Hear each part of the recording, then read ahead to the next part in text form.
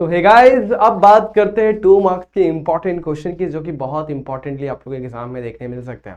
4 marks, 3 marks जैसे कि exam में आप लोग के क्वेश्चन पूछे जाते हैं और सेक्शन वाइज डिवाइड किए जाते हैं, तो इसी हिसाब से मैंने 2 मार्क्स के बड़े इंपॉर्टेंट क्वेश्चन आप लोग के लिए यहाँ पर रखे हुए हैं। अब 2 मार्क्स के एमसीक्यू तो नहीं है यहाँ पर, बट 2 मार्क्स के इंपॉर्टेंट क्वेश्चन जो यहाँ पर आप लोग को देखने मिल सकते हैं एग्जाम में, वो सारे क्वेश्चन में यहाँ पर आप लोग कंप्लीट करवाने वाला हूँ। सो दोस्तों, आज के मन में आपके मन में अगर आज कोई दिक्कत, कोई डाउट, कोई भी प्रॉब्लम दिखती है, तो आप लोग सिंपली कमेंट सेक्शन में यहाँ पर पूछ सकते हो, या फिर आप लोग सिंपली हमारे साथ इंस्टाग्राम पे जुड़ सकते हैं, जो कि हमारी इंस्टाग्राम आईडी यहाँ पे दी गई है। आप लोग हमारे साथ JR college channel Instagram ID पे भी जुड़ सकते हैं, वहाँ पर भी आप लोग को बहुत सारे कंटेंट्स ऐसे ही मिलते रहेंगे।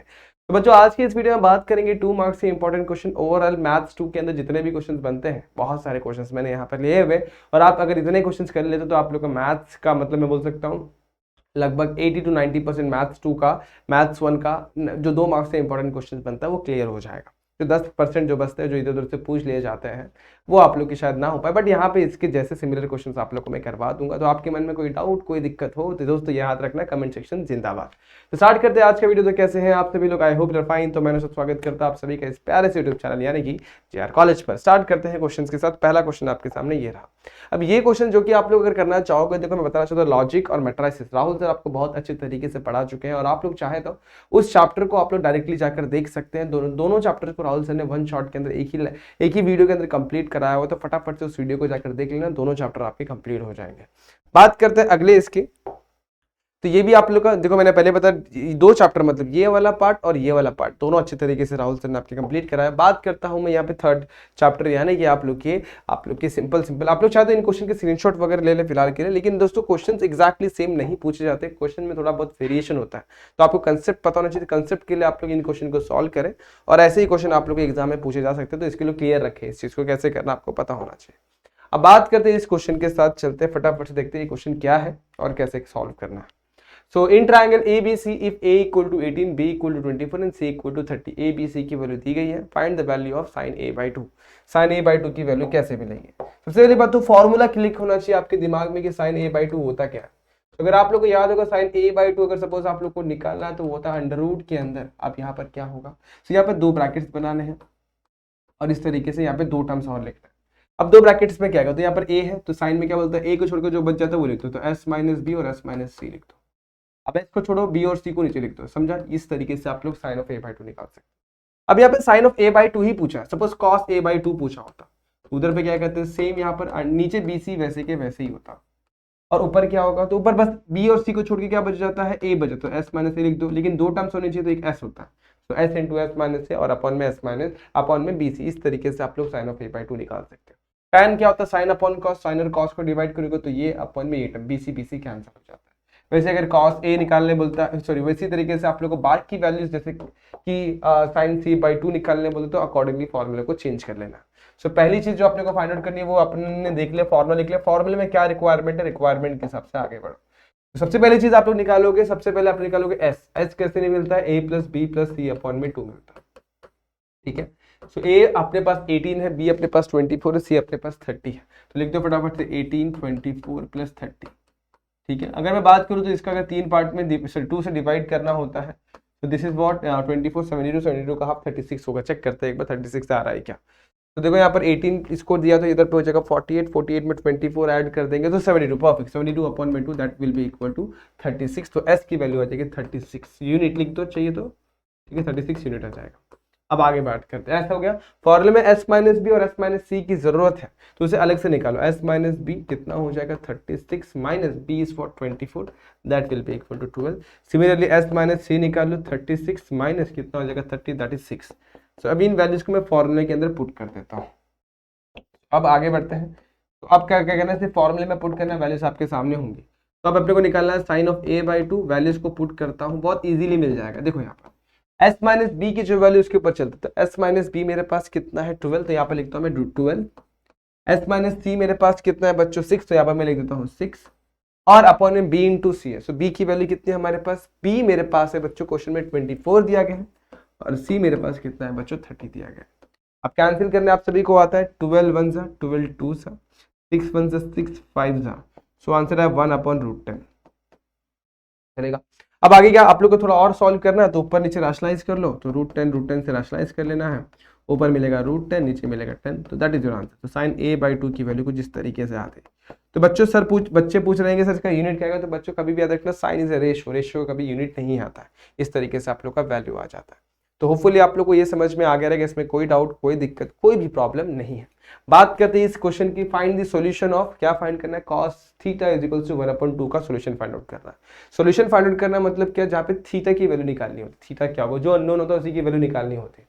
तो आपको बेसिक चीज पता, थीटा यानी कि cos 60 पे अपना 1/2 होता है बच्चों, याद रखना। लेकिन 0 से लेकर 2π तक हमारा एंगल बोला गया, तो इस केस में दो वैल्यूज आपको मिलेंगे। अब वो कैसे पता लगा, चलो मैं स्टार्ट करके आप लोग को बता देता हूँ। देखो यहाँ पर आफ्टर स्कूल देन कॉलेज के हिसाब से चलोगे तो यहाँ पर ना फर्स्ट क्वाड्रेंट में सारे पॉजिटिव होते हैं, और cos और उसका रेसिप्रोकल sec ये फोर्थ क्वाड्रेंट में पॉजिटिव होता है, मतलब दो क्वाड्रेंट के अंदर हमारी वैल्यूज लाई करती है। अगर सेकंड क्वाड्रेंट में लाई करेगा तो इसको बोलते हैं पाई माइनस थीटा, इसमें लाई करेगा तो पाई प्लस थीटा। तो यहाँ पे प्लस थीटा होता है और यहाँ पे माइनस थीटा होता है। इसमें आएगा तो यहाँ पे आता है 2π, ये होता है 2π होता है, आप लोग को पता होगा, और इसमें minus theta, this is 2π minus theta. तो इस हिसाब से अपने को एंगल्स को पता लगाना होता है। अब यहाँ पर cos दिया हुआ है तो फर्स्ट और फोर्थ क्वाड्रेंट में एंटर करना होगा। सबसे पहले cos theta is equal to 1/2 suppose दिया गया है, तो cos थीटा की कौन सी वैल्यू 1/2 होती है वो पता लगाना। तो cos थीटा की जो वैल्यू होती है वो होती है, सबसे सिंपल सी बात है 30 पर साइन होता है, 60 पर cos होता है, 60 बोले तो π/3 रेडियंस, ठीक है। तो इस तरीके से आपने इसको कंपेयर किया, अब दो पार्ट में इसको ब्रेक कर रहा है। तो सबसे पहला पार्ट जो है वही रहेगा, मतलब जो जैसा लिखा उसे वैसे ही लिख दो, और दूसरे पार्ट को अपने को इस पार्ट पे तोड़ना है, इस पार्ट, यानी कि cos theta is equal to cos 2π minus theta. अब थीटा यहाँ पर π/3 तो 2π माइनस π/3 के टर्म में तोड़ देना। अब इसे सिंप्लीफाई करेंगे, देखो cos थीटा की अगर इसको प्रूफ सॉल्व करता हूँ तो इस केस में थीटा की वैल्यू π/3 मिल जाएगी, π/3 बोले तो 60। इसे सॉल्व करूंगा तो इस केस में थीटा की वैल्यू क्या मिल जाएगी, देखो सिंप्लीफाई करता हूँ तो 3 2 6, 6 माइनस पाई दैट इज 5π/3, तो यहाँ पर मिलेगा 5π/3, और cos दोनों साइड से गायब हो जाएगा। तो इस तरीके से आप लोग का theta equal to π/3 and theta equal to 5π/3, ये आपकी वैल्यूज आती है, सोल्यूशन आता है, समझ में। इस चीज को आप लोग को अच्छी तरीके से नोट करना है, याद रखना है, क्वेश्चन को कैसे सॉल्व करना है ये भी सिंप्लीफाई करते हुए आप लोग को क्लियर रखना है। तो ये था आप लोगों का क्वेश्चन नंबर 8, बहुत इजीली हो गया, इसे कर लेना है फटाफट से, बढ़ते हैं आगे वाले क्वेश्चन पर।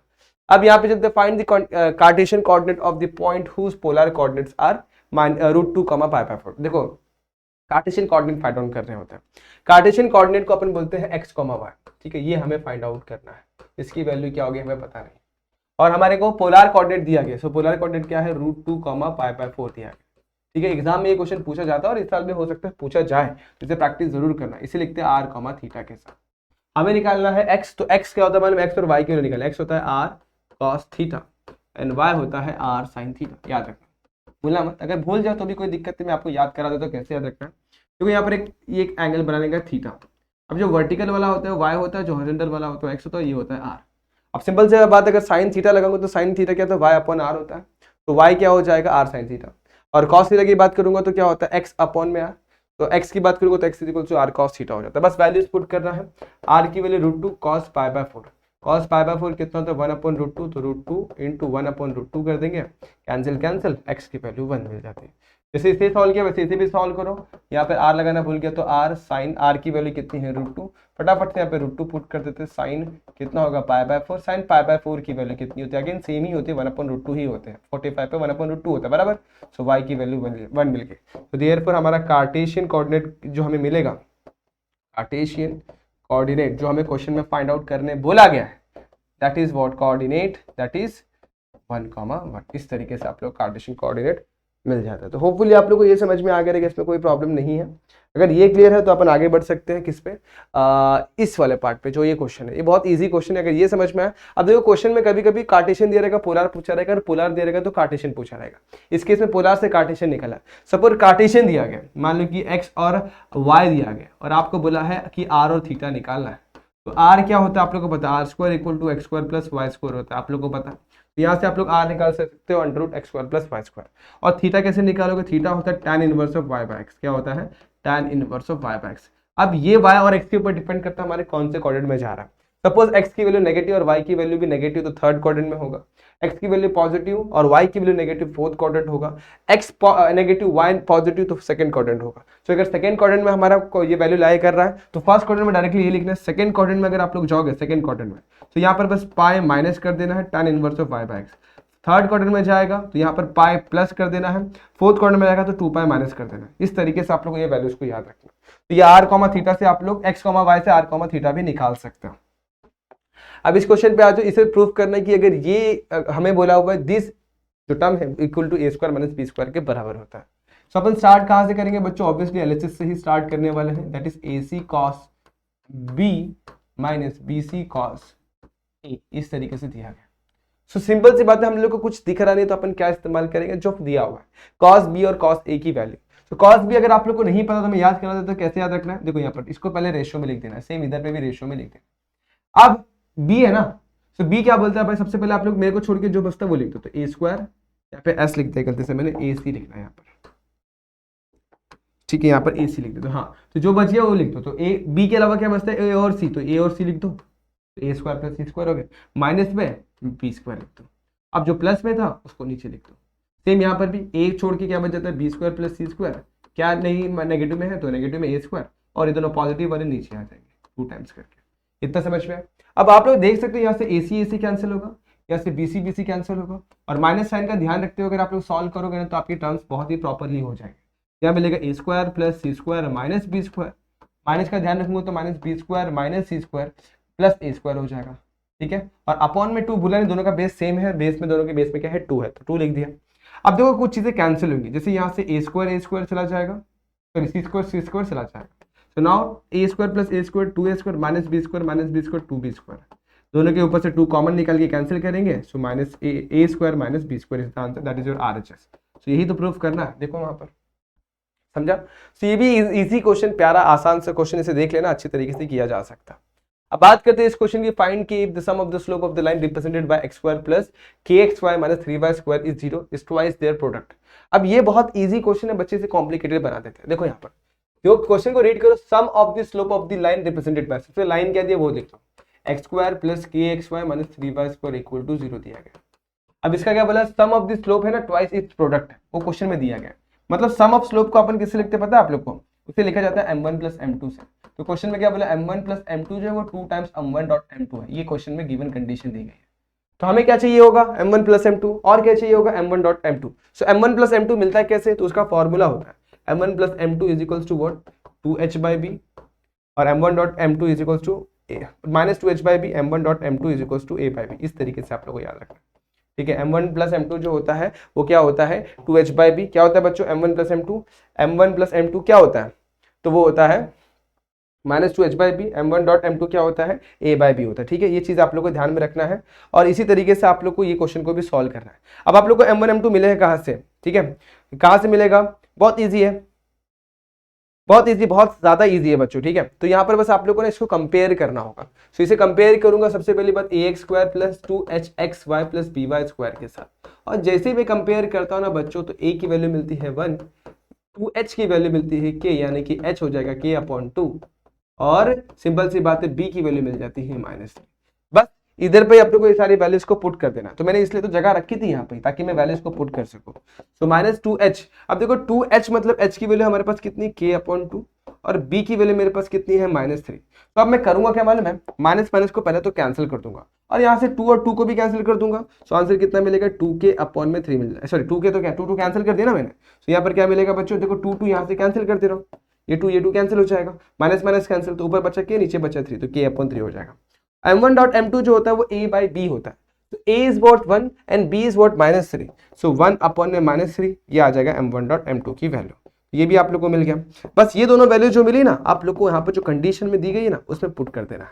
जैसे पुट करोगे सॉल्यूशन मिल जाएगा। m1 प्लस m2 की जो वैल्यू है ना बच्चों वो कितनी, k अपॉन 3, तो फटाफट से यहाँ पर लिख दो k upon 3, 2 into m1 dot m2। सो m1 डॉट m2 कितना है मेरे पास -1 अपॉन 3, तो फटाफट से -1 अपॉन 3 पुट कर दूंगा।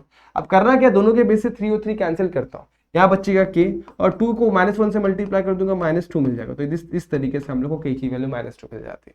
तो ये था आप लोगों का क्वेश्चन नंबर 11, जो कि आप लोग बहुत ही इजीली कर सकते हो। बात करते हैं क्वेश्चन नंबर 12 की, उसे भी देखते हैं। ये तो इजी था, समझ में आ गया। सो के की तो फाइंड आउट करना तो हो जाएगा, बहुत इजीली कर सकते हैं। Find the joint equation of the line passing through the origin having the slope 2 and 3। देखो सबसे पहले बात तो हम लोग को ये पता होना चाहिए कि सबसे पहले इक्वेशन ऑफ लाइन निकालते कैसे। तो अगर कोई भी लाइन अगर ओरिजिन से पास हो रहा है, ओरिजिन में से कोई भी लाइन पास हो रहा है, लाइन पासिंग थ्रू ओरिजिन, क्या देखना, पासिंग थ्रू, एक अच्छी तरीके से मैं इसे रिप्रेजेंट कर देता हूं ताकि आप लोग को समझे।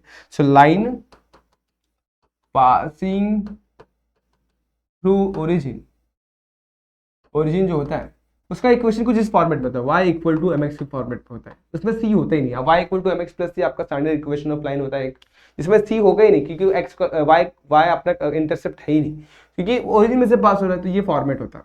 तो अब देखो फॉर m की वैल्यू अपने को 2 देगी है, तो लाइन क्या बनेगा 2x, ठीक है। और दूसरे केस में for m is equals to 3 दिया गया है, तो m इक्वल टू 3 के लिए y इक्वल टू क्या बनेगा 3x। समझ में आ गया। अब क्वेश्चन में बोला क्या है कि इसका जॉइंट इक्वेशन निकालते हैं, तो दोनों को मल्टीप्लाई कर दो। सो सबसे पहली बात इसको एक साइड करते हैं, तो ये हो जाएगा 2x माइनस वाई, और सेम टू सेम इसको भी वैसे ही करना, 2x minus y equal to 0, ये सही तरीका है इसको रिप्रेजेंट करने का।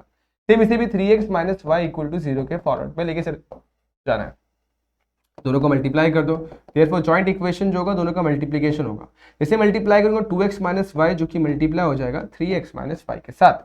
अब आप लोग इसे मल्टीप्लाई करना जानते हो, ठीक है। सो मल्टीप्लाई करेंगे 2x को 3x के साथ तो मिलेगा 6x का स्क्वायर, 2x को मल्टीप्लाई करोगे y से साथ तो कितना हो जाएगा 2x y with negative sign, और यहाँ पे मिलेगा माइनस 3xy, यहाँ मिल जाएगा प्लस वाई स्क्वायर। एक फाइनल स्टेप और आपका joint equation ready, 6x square minus 5xy और finally plus y square, this is your joint equation. तो ये था आप लोग का सिंपल सा प्यारा सा आसान सा क्वेश्चन जो कि आप लोग का जॉइंट इक्वेशन निकाल कर देता है। तो ट्राई जरूर करना, और कहीं पे डाउट कहीं पर भी दिक्कत हो तो कमेंट सेक्शन में जरूर पूछना। ये क्वेश्चन भी हो गया। अब बढ़ते हैं इस क्वेश्चन पे, क्या बोला, find the value of the k if 2x plus y equal to 0 is one of the line represented by 3x square plus kxy plus 2y square equal to 0। अब देखो हम लोग क्या बोला हुआ है, k की वैल्यू फाइंड आउट करनी है जहां पे ये जहां पर लाइन रिप्रेजेंट कर रहा है, सेम यही क्वेश्चन है, ये तो यही क्वेश्चन है, और बस इसमें वैल्यू चेंज कर दी गई है, ठीक है। अब इसमें इक्वेशन वही है लगभग, बस ये अपने को बोला कि ये इसमें से एक लाइन है। अब देखो सबसे पहली बात तो आप लोग को ये पता ना जिसको सॉल्व कैसे करना है। सॉल्व करने के दो मेथड्स हैं। पहला क्या, आप लोग है ना directly y equal to minus 2x लिखो, इसमें पुट करो, सिंप्लीफाई करो, आपको k मिल जाएगा। और दूसरा तरीका क्या है, इसको सबसे पहले ना आप लोग कन्वर्ट कर लोगे कौन से फॉर्मेट में, इसे कन्वर्ट कर लोगे ऑक्सिलरी इक्वेशन के फॉर्मेट में, जहां पे आप लोग y अपॉन x को पुट करते हो m, और इसमें से m चूज करो, इस पे पुट करो, आप लोग को सॉल्यूशन मिल जाएगा। दो तरीका होता है सॉल्व करने में, लेकिन कौन इतनी सारी चीजें याद रखे, डायरेक्टली करते हैं ना। तो डायरेक्टली कैसे करेंगे, तो इक्वेशन दिया उसे लिख लेता हूँ, 3x square plus kxy plus 2y square हमें दे दिया गया, और यहां से अपन 2x plus y equal to 0 लिख लेता है। तो इसमें से अगर मैं देखूंगा, इसको पकड़ता हूं 1, और इसमें से मैं क्या कर देता हूं, y equal to minus 2x लिख देता हूं। अब ये इक्वल जो ये है ना, ये वैल्यू जो हमें मिली है, इसे पुट करता हूं फर्स्ट इक्वेशन में। सो 3x स्क्वायर मेरा वैसे ही रहेगा, k भी मेरा वैसे ही रहेगा, x भी मेरा वैसे ही रहेगा, y की वैल्यू माइनस 2x हो जाएगी, फिर 2 वैसे ही रहेगा, x मेरा कितना हो जाएगा, सॉरी y कितना हो जाएगा 2x हो जाएगा। इस तरीके से मैंने पुट कर दिया। अब सिंप्लीफाई ही तो करना है, तो 3x स्क्वायर मेरा वैसे ही रहेगा फिलहाल के लिए। यहाँ पर सिंप्लीफाई करूंगा तो क्या मिलेगा, 2 को 2 से 2 इंटू के 2k, और यहाँ पर x स्क्वायर हो जाएगा। यहाँ पे चलेंगे, यहाँ पे सॉल्व करते हैं। देखो ये भी बहुत सिंपल है, माइनस माइनस 4। देखो सबसे पहली बात तो यहाँ पे 2 का स्क्वायर निकालना होगा। तो नेगेटिव नंबर का स्क्वायर 4 होता है, तो 2 का स्क्वायर प्लस 4 हो जाएगा, 4 2 से 8, तो यहाँ पे मिलेगा प्लस 8, और x स्क्वायर मिल जाएगा इक्वल टू 0। अब जिसे ऐड कर सकते हो उसे ऐड कर लो, तो 8 प्लस 3 11x स्क्वायर हो जाएगा, और यहाँ पे से 2k स्क्वायर वैसे के वैसे ही रहेगा। अब सिंपल सी बात ये है कि दोनों में से मैं x स्क्वायर कॉमन निकाल सकता हूँ, तो x स्क्वायर कॉमन निकालूंगा, बचेगा 11 माइनस 2k इक्वल टू 0, तो मतलब x स्क्वायर इक्वल टू 0 मिलेगा, और 11 माइनस 2k इक्वल टू 0 मिलेगा। सो 11 इक्वल टू 2k, और फाइनली हमें जो k की वैल्यू मिलेगी वो 11 अपॉन में 2 मिल जाएगी, ठीक है, 11 डिवाइडेड बाई 2। सो यहाँ से क्या मिलेगा, x इक्वल टू, इससे हमें कुछ मतलब ही नहीं है, हमें मतलब है k की वैल्यू के साथ, तो k अपन सिंप्लीफाई कर सकते हैं। तो ये था final question, final solution of this question, और आसानी से सॉल्व किया जा सकता है। अब यहाँ पे आ जाओ, find separate equation of the line represented by x square plus y square plus x minus y equal to 0। इसमें हमें सेपरेट इक्वेशन निकालना है। अब सेपरेट इक्वेशन निकालना कोई बड़ी बात नहीं, बहुत इजी होता है। अब वो निकालते कैसे, देखो यहाँ पर सेपरेट इक्वेशन निकालने के लिए आप लोग को x के टर्म्स, यहाँ पर शायद 1 होना चाहिए था, मैंने गलती से शायद यहाँ पे y लिखा हुआ है कि नहीं, परफेक्ट है। तो यहाँ पर सेपरेट इक्वेशन कैसे निकालना है, सबसे पहले x स्क्वायर के साथ x ले लेता हूँ, और y स्क्वायर के साथ y ले लेता हूँ, ठीक है। अब देखो यहाँ पर क्या क्या टर्म मिसिंग है, उसे आप लोग को फाइंड आउट करना है। अगर देखूंगा तो x स्क्वायर प्लस x लिखा हुआ है, जिसके साथ थर्ड टर्म मिसिंग है, दैट इज व्हाट 1/2। तो यहाँ पर मैं क्या करूँगा प्लस 1/2 लिख दूंगा, ठीक है। अब यहाँ पर मैं सेम चीज को बैलेंस करने के लिए क्या करूंगा -1/2 लिखूंगा, तो इसको -1/2 कर देता हूँ। सेम इसमें से माइनस अगर कॉमन निकालूंगा तो ये क्या हो जाएगा y² प्लस y हो जाएगा, इसमें भी थर्ड टर्म को अपन डालेंगे। अब जैसे इसमें थर्ड टर्म आप लोग को पता है अपने टेंथ स्टैंडर्ड में क्या थर्ड टर्म कैसे निकालते हैं, coefficient of x multiply bye 1/2 का होल स्क्वायर। तो 1/2 से 1 को मल्टीप्लाई करेंगे दैट इज 1/2 और 1/2 का होल स्क्वायर करेंगे, सॉरी उससे मल्टीप्लाई करेंगे। तो यहाँ पर 1 है, 1 को 1/2 से मल्टीप्लाई करो, 1/4 आना चाहिए, गलती से मैंने शायद 1/2 लिख दिया, 1/4 आएगा। जो चीज यहाँ पे करी सेम यहाँ पर भी होगा, यहाँ पर क्या आएगा, यहाँ पे भी प्लस 1/4 बैलेंस करने के लिए -1/4 कर देंगे। अब देखो ये तीन टर्म को अगर कंबाइन करता हूं this will look like x minus x plus 1/2 का 1/2 का होल स्क्वायर, ठीक है, ऐसे कर सकते हो। और उसके बाद इसको -1/4 को अगर मैं साइड में कर दूं, क्योंकि देखो इससे कुछ मतलब ही नहीं, इतना हो गया। अब सेम यहां पर भी करोगे और उसके बाद आप लोग सॉल्व करते करते कोई ना कोई चीज पे पहुंचोगे, फिर यहाँ पर आप लोगों को कुछ तो भी टर्म दिखेंगे और ये बहुत कंफ्यूजिंग हो जाता है। फिर सर ऑप्शन क्या है हमारे पास, सेपरेट इक्वेशन कैसे निकालें। तो दोस्तों यही एक तरीका है जो मैं आप लोगों को बताइए, इसके अलावा दूसरा तरीका अपन फाइंड आउट नहीं कर सकते। अब देखते कैसे करेंगे, देखते हैं यहाँ पर मैं सॉल्व करके बताता हूँ। देखना ट्राई करने में क्या जाता है, ये इसी से आ गया सोल्यूशन। तो देखो यहाँ पर y² plus y plus 1/4 minus 1/4, same इसमें भी होगा y प्लस 1/2 का होल स्क्वायर हो जाएगा और माइनस बाजू में चला जाएगा, माइनस माइनस क्या हो जाएगा प्लस 1/4 हो जाएगा। अब देखो होने क्या वाला है, तो ये -1/4 ये प्लस 1/4 कैंसिल, यहाँ पर क्या बचेगा x प्लस 1/2 का होल स्क्वायर और यहाँ बचेगा y प्लस 1/2 का होल स्क्वायर। नाउ थोड़ी देर के लिए ना इस पूरे ब्रैकेट को a पकड़ता हूँ, तो ये a² हो जाएगा, ये b² हो जाएगा, समझ में आया, इसको b पकड़। तो formula is what a minus b a plus b, तो इसी का इस्तेमाल कर दो, a माइनस b और a प्लस b का यूज कर लो। तो बस यही यूज करना है हम लोग को, यहाँ पर सॉल्यूशन मिल जाएगा, ठीक है। अब देखो कैसे मिलेगा उसके ऊपर नोट करना, ये हो जाएगा a प्लस b यानी कि x plus 1/2 plus y plus 1/2, दूसरा मिलेगा x प्लस 1/2 माइनस y। अब देखो ये प्लस है तो माइनस माइनस इधर पे माइनस डालूंगा तो साइन चेंज हो जाता है, इक्वल टू 0। दोनों को इक्वेट करूंगा तो x plus y plus 1/2 plus 1/2 जो 0 होगा और same x minus y plus 1/2 minus 1/2 भी क्या हो जाएगा 0। अब इसको सॉल्व करेंगे तो x 1/2 1/1 होता है तो x plus y plus 1 equal to 0 एक लाइन है, यहाँ पे plus 1/2 minus 1/2 cancel, x minus y equal to 0 एक लाइन है। तो इस तरीके से इसे आप लोग सॉल्व कर सकते हैं, बहुत इजी है, कुछ कॉम्प्लिकेटेड नहीं है, बहुत आसान सा क्वेश्चन है। तो इसी तरीके से आप लोग को ट्राई करना है, ठीक है। एक तरीका ये हो गया। अब ये बहुत कॉम्प्लिकेटेड था, इसको सिंपल करके बताओ, क्या सिंपल करके बताओ आप लोग को। तो अगर एक काम करो इसे यहीं पे नोट कर लो, मैं नेक्स्ट स्लाइड पे आप लोग को सिंपल करके बता देता हूँ। तो देखो यहाँ पर दिया क्या हुआ, x² plus x y² minus y, कैसे करेंगे देखो, x² plus x plus minus y² minus y, इस तरीके से दिया। तो करूंगा क्या, x² और प्लस y माइनस y² को साथ में कर लूंगा, इजी हो जाएगा। देखो समझाता हूं, x² माइनस y² को साथ में कर लिया, x माइनस y को साथ में कर लिया, ये इजी मेथड बता रहा हूँ। इन दोनों में कॉमन क्या है, इन दोनों को कैसे कर सकते हो, a plus b a minus b का फॉर्मूला अप्लाई कर सकता हूँ। और इसे कैसे करूंगा, इसे x माइनस y ही रखूंगा, ठीक है, इसे ब्रैकेट में डाल। अब देखो दोनों में कॉमन क्या, x माइनस y कॉमन है तो x माइनस y को कॉमन निकालूंगा, यहाँ पर बचेगा x प्लस y और यहाँ पर कॉमन निकालो, यहाँ पर बचेगा प्लस 1, तो यहाँ पर मैं लिखता हूँ प्लस 1। समझा, देखो मैंने क्या किया, इसमें से और इसमें से x माइनस वाई कॉमन निकाला, तो यहाँ पर x प्लस वाई बच गया, यहाँ पे प्लस 1 बच गया। दोनों को इक्वेट करेंगे 0 के साथ तो x माइनस वाई भी 0 होगा और x प्लस वाई प्लस 1 भी क्या हो जाएगा 0। तो देखो वही तो आंसर आया था, दो इक्वेशन मिले थे, x minus y equal to 0 and x plus y plus 1 equal to 0, यहाँ पर भी वही मिला हो। तो किसी भी इस क्वेश्चन को सॉल्व करने के वेरियस मेथड्स हो सकते हैं, तो आप लोग इजी वाला अप्लाई करो जो मैंने आप लोगों को दिखाया, इसे भी कर सकते हैं। इसे स्क्रीनशॉट ले लो, मैं हटा देता हूँ इसको। फिर अब आगे बढ़ते हैं, यहाँ पे चलो, यहाँ पर इस क्वेश्चन पे आ जाओ, क्या बोला, if the a and b are position vectors हैं, किसके, vectors of a b c respectively 5a minus 3b minus 2c equal to 0, then the find the value of ratio in which c divide the b है। तो suppose मेरे पास ये ba है, suppose मेरे पास ये ba है, यहाँ पर b लिखा है, यहाँ पर a लिखा है, ठीक है, और c पॉइंट इसके ऊपर कहीं तो भी आ रहा है। तो ba को अगर डिवाइड कर रहा होगा ना कोई भी लाइन, तो इस फॉर्मेट में लिखा जाएगा, इसका पोजीशन वेक्टर b है, इसका पोजीशन वेक्टर a है और इसका पोजीशन वेक्टर c अज्यूम कर लेता हूँ। तो इसे लिखते कैसे, बड़ा सिंपल तरीका है जो आप लोग को पता चाहिए। तो सी बार जो होगा वो क्या होगा पता है आप लोग को, वो लिखा जाएगा, देखो उल्टा लिखा जाता है। यहाँ पर मैं अज्यूम करता हूँ m/n के रेशियो में डिवाइड किया हुआ है, ठीक है। सो अब इंटरनली डिवाइड कर रहा है कि एक्सटर्नली डिवाइड कर रहा है उसके ऊपर डिपेंड करता है, ठीक है। सो अगर मान लेता हूँ मैं इंटरनली डिवाइड कर रहा, अज्यूम करते हैं इंटरनली वाला ही केस अज्यूम किया, तो नीचे क्या आना चाहिए, m प्लस n आना चाहिए, यहाँ पर m आएगा ब्रैकेट आएगा, यहाँ पर प्लस n आएगा ब्रैकेट आएगा। अब इन ब्रैकेट्स में क्या आएगा, सो m के नजदीक कौन है, b, तो b नहीं लिखना है, दूर वाला पार्ट लिखना है। तो m से दूर कौन है, a, तो यहाँ पर a बार आएगा और n के पास में कौन है, b बार। इस तरीके से आप लोग का डिवाइड होता है, ठीक है। तो पहले a फिर बाद में b होगा। तो ये इंटरनली केस है। अगर एक्सटर्नली होगा तो यहाँ पर बस माइनस और माइनस आ जाता है और कुछ भी फर्क नहीं है। अगर एक्सटर्नली होगा तो यहाँ पर क्या आ जाएगा, माइनस और माइनस आ जाएगा, इतना ही फर्क है, बाकी सब सेम ही होगा अगर एक्सटर्नली डिवाइड कर रहा है। बस इसी कंसेप्ट का यहाँ पे यूज कर लेना और क्वेश्चन सॉल्व हो जाएगा। देखना, तो हमें क्या दिया, 5a minus 3b minus 2c equal to 0 question में गिवन है। ये पार्ट अगर गिवन है तो इसी को सॉल्व कर लेते हैं। तो 2c को सबसे पहले वहां पे लेता हूं, 5a minus 3b equal to 2c, c bar divide करे से c को साइड में लिया हुआ, 2 को डिवीजन में ले लो, तो 5a बार माइनस 3b बार अपॉन में 2 इक्वल टू c बार। अच्छा, c बार को इस तरफ लिखूं या c बार को इस तरफ लिखूं, एक ही बात है कि नहीं? सो वही किया हुआ, तो c बार, अब देखो यहाँ पर 5 और 3 है तो नीचे 2 को मैं 5 माइनस 3 भी लिख सकता हूँ। सो बस ना, डन हो गया। तो इस तरीके से मेरा c जो पॉइंट है ना, वो ba को डिवाइड कर रहा है 5:3 के रेशो में एक्सटर्नली। तो यहाँ पर लिखना है देयरफॉर c, क्या लिखूंगा, c डिवाइड्स ba इन दी रेशो, कौन से रेशो में डिवाइड कर रहा है, 5:3 के रेशो में डिवाइड कर रहा है एक्सटर्नली। ये बहुत इंपॉर्टेंट पॉइंट आप लोगों ने लिखा। एक्सटर्नली लिख दोगे तो समझ में आ रहा है कि नेगेटिव साइन इंडिकेट करता है, एक्सटर्नली अगर पॉजिटिव होता तो इंटरनली हो जाता।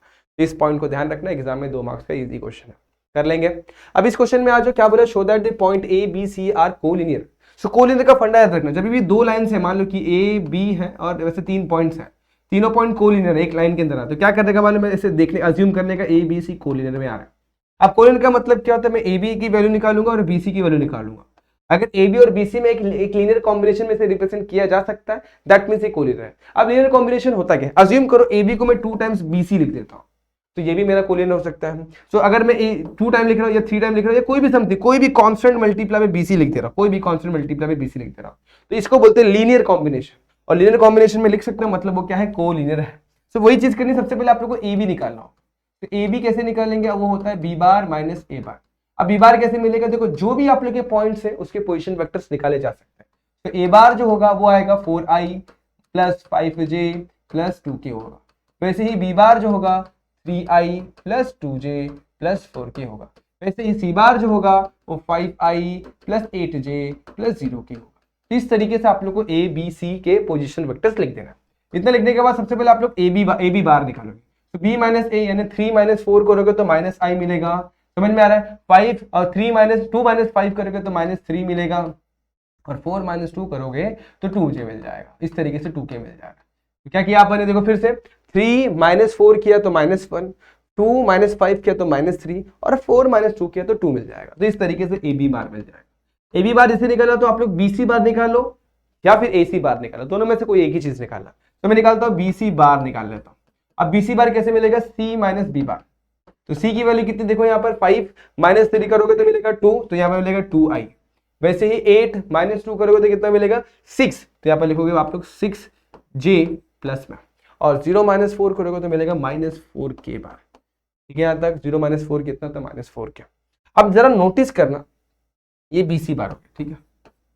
अब नोटिस करना मैं क्या कर सकता हूँ, अब सिंपल सी बात है, अगर मैं ध्यान दूंगा बी सी बार को वापस से लिख लेता हूं या फिर मैं ए बी बार को लिखता हूं ना, ए बी बार को उठा लेता हूं, ए बी बार को अलग से, दोनों में से किसी एक को उठा लेना। मैं ए बी बार को उठा लेता हूं, उठा लिया, माइनस आई माइनस 3j और प्लस 2k उठा लिया। अब देखूंगा दोनों में क्या, सब में कॉमन क्या, माइनस में निकाल लेता हूं, माइनस 1 बाहर निकाल लेता हूं। This is i, this is plus 3j और दिस इज माइनस 2k। तो दिस इज क्या लिख सकता हूँ मैं इसको, हाँ माइनस 2k लिख सकता हूँ। अब एक चीज क्या करें, देखो यहाँ पर मेरे को बी सी बार में देखना, तो यहाँ पे 2 है, यहाँ पर 6 है, यहाँ पर 4 है। तो इधर 2 से मल्टीप्लाई डिवाइड कर देता हूँ। तो 2 से डिवाइड किया, 2 से मल्टीप्लाई करा, तो this is 2i, this is 6j and this will become minus 4k। कितना हो जाएगा, माइनस 4k। और अगर आपने नोटिस कर सकते हो यही तो वैल्यू बी सी बार है। तो अब देखो मैं लिख सकता हूँ ए बी बार जो है, ए बी बार जो है वो क्या है, minus 1/2 times of B C bar है। तो बस हो गया ना linear combination. Therefore A B bar is linear combination of B C bar. Therefore, A, B, C are collinear. इस तरीके से आप लोग को यहाँ पर लिख देना है। फिर सिंपल सा फंडा था, बहुत आसान सा क्वेश्चन था, बहुत इजीली किया जा सकता है। तो ट्राई करना है, इस क्वेश्चन को एग्जाम में पूछा जा सकता है। अच्छा, यही अगर को प्लानर बोला होता तो को प्लानर के लिए अपने को 3 वेक्टर्स लगते हैं। तो 3 वेक्टर मान लो ए बी है, बी सी और ए सी, मान लो एक और है अपने पास A B B C C D, 3 vector assume करो। तीनों क्या निकालने का, डिटरमिनेंट निकालने का। डिटरमिनेंट मतलब क्या, वैल्यूज सिर्फ लिखो, वैल्यूज निकालो, वैल्यूज लिखो, तीनों वैल्यूज ऐसे करके लिख दो। अगर इसकी वैल्यू 0 आ रही मतलब को प्लानर है, और नॉट इक्वल टू 0 आ रही तो नॉन को प्लानर, याद रखना। तो कोप्लानर वाला केस याद रखो, 3 वेक्टर्स रहेंगे, तीनों को डायरेक्टली डिटरमिनेंट में इक्वेट करने का वैल्यूज के साथ और सॉल्व करने, क्या आ रही है, 0 आ रही है तो कोप्लानर, अगर नॉन जीरो है तो कोलिनियर, इस तरीके नॉन कोप्लानर, इस तरीके से करना। Find the vector of the vector equation of the line passing to the point having the position vector 4i - j + 3k and parallel to this vector. अब इसे करना कैसे है, इजी क्वेश्चन। मान लेते हैं मेरे पास एक वेक्टर है, देखो फाइंड क्या करना है हम लोग को, position, find the vector equation निकालना है। अभी याद रखो कोई भी एक लाइन जिसका वेक्टर इक्वेशन निकालना है, वेक्टर इक्वेशन निकालना, दो तरीके की इक्वेशन होती है, एक वेक्टर इक्वेशन, एक कार्टेशियन इक्वेशन। तो कोई भी एक लाइन है जो कि एक लाइन में से पास हो रहा है इस तरीके से, ठीक है, एक पॉइंट में से पास हो रहा है, अज्यूम करो एक पॉइंट P में से पास हो रहा है, या फिर A भी बोल सकते हैं, एक A पॉइंट में से पास हो रहा है, और यही लाइन जो इसको मान लेते तो ये R बार है, तो R बार लाइन एक पॉइंट A में से पास हो रहा है और दूसरी लाइन को पैरेलल है, मान लो एक B बार वाली जो वेक्टर है उसको पैरेलल है। इस केस में इसका आर बार का इक्वेशन कुछ इस तरीके से लिखा जाता है, r bar is equals to A bar plus lambda times B bar. So b bar जो होता है वो पैरेलल वाली लाइन होती है, और ए बार जो होता है position vector of A point जिसके ऊपर से वो लाइन पास हो रहा है। सो मेरे पास position vector of that point है, देखो यहाँ पे बोला पोजीशन वेक्टर, मुझे ए बार की वैल्यू दे दी गई है क्वेश्चन में 4i - j + 3k। इसी तरीके से बी बार की जो वैल्यू है, बी बार जो कि है -2i - j + k, ठीक है, इस तरीके से लिख दिया। अब हमें निकालना है क्या, वेक्टर इक्वेशन निकालना। So R bar will be equal to A bar plus lambda times B bar हो जाएगा। ए बार की वैल्यू कितनी है, 4i - j + 3k, और लैम्डा टाइम्स बी बार कितना है, -2i - j + k। बस डन बच्चों, हो गया, आप लोग को 2 मार्क्स मिल चुका है। तो ये था आप लोग का इजी प्यारा आसान सा question, r bar is equal to 4i। इसे बस ब्रैकेट में डाल देना ताकि थोड़ा सा समझ में आए कि कुछ सेपरेशन है, अदरवाइज एक में ही लगता है। तो ये हो गया आप लोग का क्वेश्चन सॉल्व। तो ये था आसान सा क्वेश्चन जो कि एग्जाम में पूछा जा सकता है, और हो सकता है ये एमसीक्यू में भी पूछा, बहुत बार एमसीक्यू में भी पूछा गया, तो बहुत इजी होता है, कुछ करने की जरूरत नहीं, आराम से हो जाता है। बात करते हैं find the Cartesian equation of the line passing through the point 2, वहां पे क्या लिखा हुआ है 1 - 3 and perpendicular to the vector, ये दोनों वेक्टर को परपेंडिकुलर है। तो सिंपल सी बात है, कार्टेशियन इक्वेशन निकालना, 2 तरीके से इक्वेशन होते हैं। अब इसको अगर इसी लाइन को अगर मुझे कार्टेशियन में लिखना हो तो मैं कैसे लिखता हूँ, तो कार्टेशियन इक्वेशन बड़ा सिंपल है, x - x1 अपॉन में a होता है, y - y1 अपॉन में b होता है, और z - z1 अपॉन में c होता है। तो इस केस में x मेरा वैसे रहेगा, x1 की वैल्यू 4 है, a मेरे पास कितना है -2, y - y1 मेरे पास कितना है -1 है, और b की वैल्यू मेरे पास कितनी है -1 है। उसके बाद z - z1 कितना है 3 है, और यहाँ पर c की वैल्यू कितनी है 1 है, जहाँ पे a b c को बोलते हैं direction ratios of the line of जो भी जिसको भी पैरेलल है। इस तरीके से क्वेश्चन सॉल्व होता, कार्टेशियन होता। तो अब यहाँ पर मुझे कार्टेशियन ही तो पूछा है, तो बस करना क्या, इसको उठा के यहाँ पे ले लेना, ये मुझे निकालना है, ठीक है, ये कार्टेशियन इक्वेशन होता है, इसे बोलते हैं कार्टेशियन इक्वेशन, ठीक है। अब मुझे यहाँ पर x1, y1, z1 की वैल्यू है, सॉरी x1, y1 और z1 मुझे दिया गया, a b c किधर से मिलेगा, तो यहाँ पर 2 वेक्टर है सर, b वाला उठा लो, नहीं बिल्कुल नहीं, देखो यहाँ पर पैरेलल वाला होना, जो नीचे जो होता है ना वो पैरेलल होना चाहिए, तो ये तो परपेंडिकुलर है दोनों लाइन। देखो समझाता हूँ, सपोज मेरे पास ये 2 वेक्टर्स हैं, ठीक है, अब ये दोनों वेक्टर्स को एक परपेंडिकुलर वेक्टर कुछ इस तरीके से बनेगा, ठीक है, तो ये हो गए परपेंडिकुलर वेक्टर। अब मेरे पास जो वेक्टर है ना, जो मेरा रिक्वायर्ड वेक्टर है, वो जो वेक्टर है क्या हो रहा है मालूम है, वो ए पॉइंट में से पास हो रहा है, देखो ए पॉइंट में से पास हो रहा है, जो आर वेक्टर है मेरा वो ए पॉइंट में से पास हो रहा है, और ये जो आर वेक्टर है ये बी और सी, ये मेरा बी वेक्टर है और ये मेरा सी वेक्टर, ये दोनों को क्या है, परपेंडिकुलर है। तो आप देख सकते हैं ये आर वेक्टर बी और सी को परपेंडिकुलर है। सो किसको पैरेलल है, वो ये इस वेक्टर को पैरेलल है। इसको अगर मैं डिनोट करूंगा तो दिस इज बी क्रॉस सी, इस तरीके से। सो देखो दोस्तों, ये दोनों वेक्टर पैरेलल है, तो सबसे पहले आप लोगों को बी क्रॉस सी की वैल्यू निकालनी है, और जो आप लोग यहाँ पर बी बार लिखते हो ना, बी बार, वो एक्चुअल में इस केस में बी बार क्रॉस सी बार है। समझ में आ रहा है? देखो नहीं समझ में, मैं फिर से एक्सप्लेन करता हूँ। देखो क्वेश्चन में आ जाओ, क्वेश्चन में क्या बोला, आर आपके पास एक वेक्टर है जो कि एक पॉइंट ए में से पास हो रहा है, और वो जो वेक्टर है वो बी और सी को परपेंडिकुलर है। तो आप लोग देख सकते हो बी और सी यहाँ पर, इसको ये परपेंडिकुलर दिख रहा है यहाँ पर, इतना समझ में आ गया। अब हमें क्या पता लगाना, vector equation of this are बार निकालना। तो वो कैसे निकालेंगे, तो कॉमन सेंस ये बोलता है कि अगर इसका मेरे पास पैरेलल वेक्टर मिल जाएगा तो मेरा काम बन जाएगा। तो आप लोगों को पता है बी क्रॉस सी को एक और परपेंडिकुलर वेक्टर निकालने का तरीका होता है, अगर बी और सी को क्रॉस कर दोगे, क्रॉस प्रोडक्ट निकालते हो, तो जो वेक्टर मिलता है उसे बोलते हैं perpendicular vector to the both. इतना क्लियर है? अब ये देखो, ये वाला भी इन दोनों को परपेंडिकुलर है और ये वाला भी इन दोनों को परपेंडिकुलर, दैट मीन ये दोनों पैरेलल नहीं होंगे ना। सो बस इसी तरीके से आप लोग को इस केस में जो ये बी बार क्रॉस सी बार है वो इस केस का बी बार है, समझ रहे हो? इस तरीके से बोल सकते हो। तो बस अब आप लोग को बी बार क्रॉस सी बार ही तो निकालना है। तो सबसे पहले बी बार क्रॉस सी बार निकालना। अब सर ये कैसे निकालते हैं, तो इसे निकालने का सिंपल तरीका ये, इसका कार्टेशियन प्रोडक्ट निकाल लो, यानी कि आई जे के आप इस तरीके से लिख देंगे, और यहाँ पर आप लोग को ना बस वैल्यूज को लिखना है। यहाँ पे 1 1 1 और यहाँ पे 1 2 -1, तो 1 1 1 और 1 2 -1 लिख दो। अभी डिटरमिनेंट सॉल्व करने किसको भी नहीं आता, सबको आता है।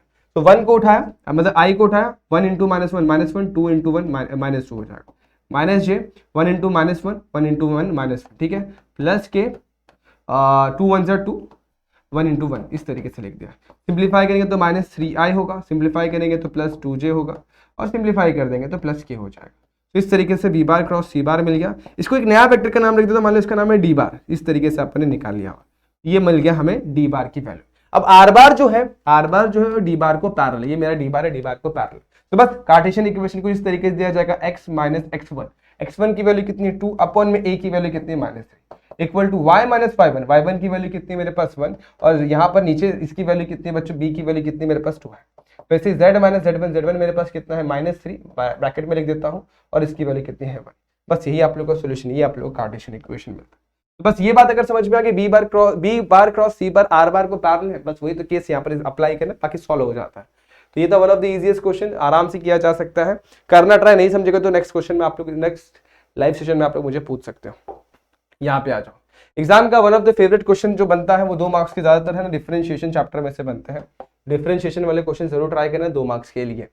तो क्या बोला, find the dy by dx if y equal to log of x to x, log of x to x हमें दिया गया। तो स्टार्ट कैसे करना है, y equal to log of x to the power x लिख दूंगा मैं सबसे पहले, और स्टार्ट कैसे करना है, applying log on both side, क्योंकि देखो फंक्शन के पावर फंक्शन यहीं से हमें क्लिक होना चाहिए कि log of x to the power x का फंडा जो होता है वो log वाला फंडा होता है। So applying log on both side, log apply करोगे, this is log y and this is log of bracket में log ऑफ x। आपको log का रूल पता है, जो भी पावर में आता है वो सिंपली नीचे आगे आ जाता है। अब करना क्या, डिफरेंशिएट कर देना, तो this is 1 upon y dy by dx हो जाएगा। यहाँ पे आप लोगों को लिखना पड़ेगा differentiate with respect to x, को लिखना है आप। यहाँ पे लेगा u इंटू वी का रूल, तो u मेरा वैसे इसका डिफरेंशिएशन करेंगे तो log का डिफरेंशिएशन 1 अपॉन log x, और चेन रूल के हिसाब से 1 अपॉन x आ जाएगा, प्लस log ऑफ x मेरा वैसे ही रहेगा, और 1 अपॉन x का जो डिफरेंशिएशन होता है इसको थोड़ा सा बगल में करते हैं, यहाँ पर लिख देता हूँ, थोड़ा सा बगल में कर देते हैं यहाँ पर, हाँ, और 1 अपॉन x का जो डिफरेंशिएशन जो होगा ना इस केस में, सॉरी x का डिफरेंशिएशन कितना होगा 1 हो जाएगा। तो बस आप लोगों को मिला क्या, dy by dx की value, dy by dx will be equal to, देखो y यहाँ पे डिवीजन में, वहां पे जाएगा तो मल्टीप्लाई में, ये x यहाँ पर कैंसिल, यहाँ पर बचेगा 1 अपॉन log x, और यहाँ बचेगा log ऑफ x। फाइनली आप लोग को y की वैल्यू रीसब्स्टिट्यूट कर देनी, आपका सॉल्यूशन डन। y मेरा क्या है, log of x to the power x है। तो डन ना ये क्वेश्चन, इस तरीके से आप लोग को क्वेश्चन देखने मिल सकते हैं। तो ये रहा dy by dx, तो इस तरीके से आप लोग dy by dx को सॉल्व करोगे और आपका क्वेश्चन डन हो जाएगा। तो ये था सिंपल सा, आसान सा, प्यारा सा क्वेश्चन जो कि आपको देखने मिलेगा, और ट्राई जरूर करना ऐसे क्वेश्चंस को दोस्तों। एग्जाम में हो सकता है कि ये ना पूछे तो इसके जैसा x टू x वाला क्वेश्चन पूछ ले, y equal to x to the power x दिया रहेगा, तो इसे भी सेम तरीके से सॉल्व करें, लॉग को अप्लाई करके आंसर आएगा x to x 1 plus log x। याद रखना इसका डिफरेंशिएशन की वैल्यू बहुत कॉमनली रिपीटेड वैल्यू है। पिछले बार तो साला ये, पिछले बार तो बात करोगे तो ये तो पूछ लिया गया था आप लोग का, इसके अंदर क्या बोलते हैं, हाँ एमसीक्यू के अंदर इसका डायरेक्टली इंटीग्रेशन वाला पार्ट पूछ लिया गया था, इसका उल्टा, तो बहुत ईजी होता है, कोई बड़ी बात नहीं है। अब स्टार्ट करते हैं नेक्स्ट अगला क्वेश्चन। इस क्वेश्चन पे आ जाओ, y equal to tan inverse of x 8x upon 1 minus 15x square. ये बच्चे बड़े स्किप करने वाले क्वेश्चन से, बच्चे बड़े ही आराम से स्किप करते थे, लेकिन होता बहुत इजी है। देखो इसमें यूज क्या करना है, पहले मैं एक्सप्लेन करते, क्वेश्चन को पहले वैसे ही रख देता हूँ ब्रैकेट के टर्म में, और यहाँ पे यूज क्या करें सबसे पहले वो एक्सप्लेन करता हूँ। देखो y equal to tan inverse बच्चे के डायरेक्टली डिफरेंशिएट करते 1 अपॉन 1 प्लस x स्क्वायर लेते हैं और सॉल्व करके आगे बढ़ जाते हैं। अच्छा ये वो तरीके से करना ही नहीं है। सो करना कैसे, देखो आप लोग को बेसिक चीज पता है कि tan inverse of x plus y upon में 1 माइनस एक्स वाई का एक फॉर्मूला होता है, that is what tan inverse of x plus tan inverse of y, यही तो फॉर्मूला है। तो बस इसे यूज करना है यहाँ पर, अगर ये यूज करना आप लोग को यहाँ पर आ गया ना तो ये क्वेश्चन सॉल्व हो जाएगा। तो सर कैसे करें, देखो नीचे देखो, यहाँ पर हमारे पास देखो नीचे क्या माइनस है, तो नीचे माइनस ही आने वाला है, 1 माइनस ही आने वाला है, तो इसका मतलब ऊपर का जो टर्म होगा दो को उसको प्लस में स्प्लिट करना है। सो 8x जो है ना इसको दो पार्ट में स्प्लिट करना है प्लस में, इसे दो मल्टीपल तरीके से तोड़ा जा सकता है। वही अगर 15x है ना 15x स्क्वायर है तो उसे भी दो पार्ट में तोड़ना जो कि मल्टीप्लाई में होगा। तो देखो मैं मल्टीप्लाई में तोड़ूंगा तो 5x मल्टीप्लाई में 3x में तोड़ सकता हूँ, तो 5 से 15 होता है, और इन दोनों को अगर मैं ऐड करता हूँ तो 5 प्लस 3 8 भी तो होता है। सो बस यही तो बात करनी है यहाँ पर, 5x प्लस 3x कर देना, और नीचे क्या कर दिया 5x और 3x को मल्टीप्लाई में लिख देना, बस डन ना बच्चों। और आप लोगों ने प्रॉपर्ली इसको इस फॉर्मेट में ले आया है, अगर फॉर्मेट मिल गया तो सॉल्यूशन भी मिल जाएगा। सो बस ना क्या करना है, इसे लिखना है tan इनवर्स ऑफ 5x, ये 5 है बच्चों, गलती से इसको सही कर देता, थोड़ा गंदा दिख रहा है, tan इनवर्स ऑफ, हाँ तो इसे लिखूंगा दो पार्ट में tan इनवर्स ऑफ 5x और इसे लिखूंगा tan इनवर्स ऑफ 3x। अब tan इनवर्स ऑफ 5x जो होता है ना बच्चों, वो क्या होता है आप लोगों को पता नहीं है, लेकिन डिफरेंशिएट करने पे आप लोगों को वैल्यू मिल जाएगी। तो ये हो जाएगा dy/dx, और tan इनवर्स ऑफ x का डिफरेंशिएशन होता है 1/1 + x²। तो 1/1 + 5x², क्या हो जाएगा 1/1 + 5x²। ठीक है बच्चे यही देख करते, लेकिन इसके आगे क्या हो उनका पता ही नहीं है। बच्चों 5x का भी तो डिफरेंशिएशन रहेगा, तो 5x का डिफरेंशिएशन 5 आएगा। सेम कंसेप्ट यहाँ पे 1/1 + 3x² होगा, और यहाँ पर भी क्या आ जाएगा 3 आ जाएगा साइड में। सो फाइनल जो सोल्यूशन मिलता है 5/1 + 25x², और यहाँ पे मिलेगा 3/1 + 9x²। तो ये थी आप लोग की डिफरेंशिएशन की वैल्यू। सो इस जैसे भी आप लोग को tan इनवर्स का केस दिखाई देगा तो याद रखना आप लोग को इस फॉर्मूले का यूज करना है। अब समटाइम्स क्या होता है ऊपर में ना कुछ भी इधर पे प्लस होगा, सो प्लस जब रहेगा तो सिंबल चेंज हो जाता है, यहाँ पे माइनस हो जाता है और यहाँ पे प्लस हो जाता है। ऐसे भी फॉर्मूले आपको को देखने मिलेंगे। दो फॉर्मूले होते हैं, दोनों को आपको यूज करने आना चाहिए। और जब माइनस होगा उल्टा केस होगा तो बीच में यहाँ पर जहाँ पे प्लस लिखा वहाँ पे बस माइनस आ जाता है। इतना ही केस है, बाकी तो क्वेश्चन बहुत ईजी है, इसे ट्राई करना, कहीं अटकोगे तो पूछ सकते हो। आ जाओ इस क्वेश्चन में आ जाओ, इसे कैसे करना है। तो सबसे पहले इसका नामकरण कर देते हैं, इसे डिफरेंशिएट कर। अब बच्चे इसमें बड़े कंफ्यूज होते हैं, सर सेक का तो अपन ने फॉर्मूला पढ़ा ही नहीं, सेक इनवर्स का, लेकिन सेक नहीं पढ़ा तो क्या हुआ, साइन का तो पढ़ा है, तो बस इसको रेसिप्रोकल कर दो। सेक का रेसिप्रोकल होता है साइन इनवर्स, और जब भी साइन इनवर्स अप्लाई कर दो अंदर का जो टर्म होता है वो रेसिप्रोकल में आ जाता है। तो ये कैसे किया, चलो समझा देता हूँ। सपोज आप लोग को दिया हुआ कोसेक इनवर्स ऑफ एक्स दिया हुआ है, तो इसे आप लिख सकते हैं साइन इनवर्स ऑफ 1/x लिख सकते हैं, याद रखना। तो वही तो किया है, देखो कोसेक इनवर्स ऑफ एक्स है, इसे साइन इनवर्स ऑफ 1/x लिख सकता हूँ। तो ये कंसेप्ट का मैंने यहाँ पे इस्तेमाल किया, बस सिंप्लीफिकेशन वाला पार्ट है और कुछ भी नहीं है। तो इसे सॉल्व करते हैं, यहाँ पे ध्यान देना है बड़ा इजी। जैसे डिफरेंशिएट करूंगा तो डिफरेंशिएट करने पे आप लोग क्या मिलता है, लेकिन डायरेक्टली डिफरेंशिएट मत करो, पहले इसे थोड़ा कन्वर्ट कर लो। देखो 1/sec जो होता है ना, देखो साइन इनवर्स को वैसे रखता हूँ, 1/sec जो होता है कॉस होता है, तो cos 5x हो जाएगा। अब डिफरेंशिएट कर लो, अब बहुत इजीली आप लोग को सॉल्यूशन दिखाई देगा। तो ये dy/dx हो जाएगा, और साइन इनवर्स का जो डिफरेंशिएशन होता है 1/1 + x² होता है, तो 1/1 - x² होता है, तो 1 - cos ऑफ 5x का होल स्क्वायर हो जाएगा। और आगे बढ़ेंगे तो यहाँ पर लगेगा चेन रूल। देखो साइन x होता तो यहीं तक रुक जाते हैं, लेकिन यहाँ पर x नहीं है, cos ऑफ 5x है, तो डिफरेंशिएशन ऑफ 5 ऑफ 5x भी लगेगा। अब ये सारी चीजों को तो मैं एक साथ भी कर सकता था, लेकिन मैं आपको आप लोग को अच्छे तरीके से बता रहा हूँ। This will be cos of 5x। अब इसे सिंप्लीफाई करोगे तो देखो दिस इज सिमिलर एज, देखो बहुत इजी चीज है, 1 - cos स्क्वायर थीटा, इसको cos स्क्वायर 5x भी लिख सकता हूं। तो 1 - cos square theta is nothing but sin square theta. तो यहाँ पर मिलेगा 1/√sin स्क्वायर 5x, सही है तक। और यहाँ पे चलोगे तो डिफरेंशिएशन ऑफ cos क्या होता है, माइनस साइन होता है, सो -sin 5x। और उसके बाद अगेन चेन रूल, 5x का डिफरेंशिएशन क्या होता है, 5x log 5 हो जाता है। तो इस तरीके से आप लोगों को टर्म दिखाई देगा। अब अगला स्टेप जो होगा, स्क्वायर और रूट को कैंसिल करोगे तो 1/sin 5x मिलेगा, और यहाँ पर क्या माइनस को अगर मैं आगे कर देता हूँ तो ये भी sin 5x हो जाएगा, 5x log 5 बच जाएगा। इतना ठीक है। तो ये sin 5x कैंसिल, आंसर कितना आएगा -5x log 5, ये आप लोग का आंसर निकल कर आता है। और आप लोग चाहे तो थोड़ा और सही पॉजिटिव में करना है तो इसको 1/5 लिख दो, यानी कि 5x log 5 लिख दो, log 5 को 1/5 कर दो। तो जो आंसर यहाँ पर मिला ना आप लोगों को फाइनल वाला, इस इज द फाइनल आंसर। यहाँ तक भी छोड़ा तो भी चल जाएगा। तो इस तरीके से ऐसे क्वेश्चन के साथ डील करते हैं, बहुत इजी क्वेश्चन होते हैं। एक ही स्लाइड पे 3 क्वेश्चन एक्सप्लेन कर रहे हैं, सॉल्व जरूर करना, एग्जाम में देखने मिल सकता है ऐसा क्वेश्चन, ऐसे क्वेश्चन, ठीक है। अब आगे चलते हैं। Find the equation of the tangent to the curve y = x² + 2e⁻x + 2 at 0,4।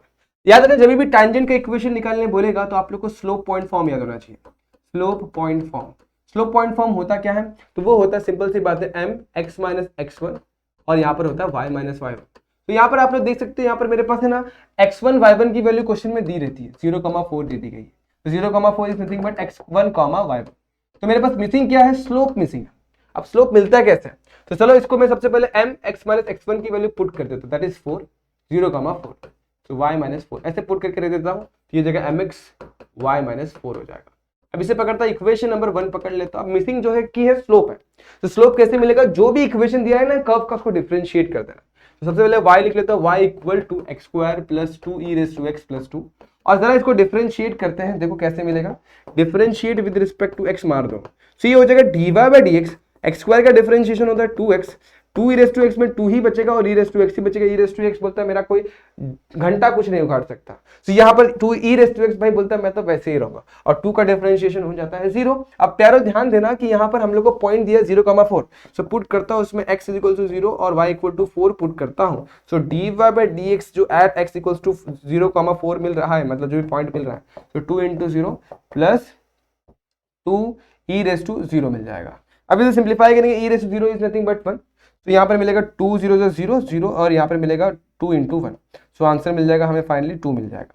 तो बस आपको m की जो ये मिली ना, ये इसी को बोलते हैं स्लोप ऑफ टैंजेंट, यही हमारा स्लोप ऑफ टैंजेंट है, इसे मैं यहाँ पर फिलहाल m के तौर पर रिप्रेजेंट कर रहा हूँ। सो अब मेरे पास m है, m की वैल्यू इक्वेशन नंबर 1 में पुट कर दो, put m is equals to 2 in 1 put कर दो। सो ये हो जाएगा 2x equal to y minus 4, 2x minus y minus 4 equal to 0, sorry plus 4 equal to 0, and that is your equation of tangent. Simple है, आसान है, तो ये क्वेश्चन एग्जाम में पूछ सकता है। अब इसी चैप्टर में से 2 मार्क्स से एक इजी क्वेश्चन निकल कर आता है, जो कि आप लोग का क्या है, फंक्शन को आप लोग को बताना है कि स्ट्रिक्टली इंक्रीजिंग है या डिक्रीजिंग है। सबसे पहली बात तो फंक्शन को सबसे पहले डिफरेंशिएट कर दो, सिंगल डिफरेंशिएशन मिलता है। अब उसको पूरी तरीके से चेक करना है कि उसकी वैल्यू 0 से बड़ी आ रही है कि 0 से छोटी आ रही है। अब देखो जैसे मैंने इसको डिफरेंशिएट किया तो ये टर्म्स मिल रहा है। अब इसे 2 पार्ट में तोड़ता हूँ, पहला 3x स्क्वायर और दूसरा 3x स्क्वायर को देखूंगा तो 3 तो चलो साइड में कर दिया, x स्क्वायर की वैल्यू पुट करता हूँ, सपोज x की वैल्यू 0 पुट करता हूँ, तो x की वैल्यू जब 0 पुट करूंगा तो 0 मिलेगा। अब सपोज मैं -3 पुट करता हूँ, -3 का स्क्वायर कितना होता है, प्लस 9 9 3 27, तो यहाँ पे प्लस ही 27 मिल रहा है। +3 पुट करता हूँ तो प्लस में भी 27 ही मिलेगा। सो मुझे ये समझ में ना, एक्चुअली कोई भी वैल्यू पुट कर रहा हो तो इसकी वैल्यू ना, ये पहले टर्म की वैल्यू हमेशा 0 या फिर 0 से बड़ी मिल रही है, और सेकंड वैल्यू की 10 की बात करूंगा तो 10 तो हमेशा 0 से बड़ा ही होगा, उसमें चाहे आप लोग कुछ भी पुट कर दो, 10 इज ऑलवेज ग्रेटर देन 0। अब यहाँ पर कोई भी x की वैल्यू कोई भी पुट कर दो, इसका मतलब मुझे ये समझ में आता दोनों को अगर मैं कंबाइन करता तो ये दोनों वैल्यू होगी हमेशा ग्रेटर देन और इक्वल टू 0 ही होगी। समझ में आया? ग्रेटर देन इक्वल टू 0 नहीं, ग्रेटर देन 0 ही होगी। समझ में? क्योंकि इसकी वैल्यू तो ग्रेटर देन इक्वल टू 0, इसमें प्लस 10 कर दूंगा, सो ऑब्वियसली हमेशा ग्रेटर देन 0 होगा। इसलिए ये जो केस बन के आता है वो स्ट्रिक्टली इंक्रीजिंग का केस निकल के आता है। सपोज ये ग्रेटर देन इक्वल टू 0 का केस बन रहा होता तो ये सिर्फ इंक्रीजिंग का केस बनता है, लेकिन इक्वल टू अगर हटाते हैं तो स्ट्रिक्टली इंक्रीजिंग हो जाता है। ठीक है, डन? यहां तक आगे चलते हैं।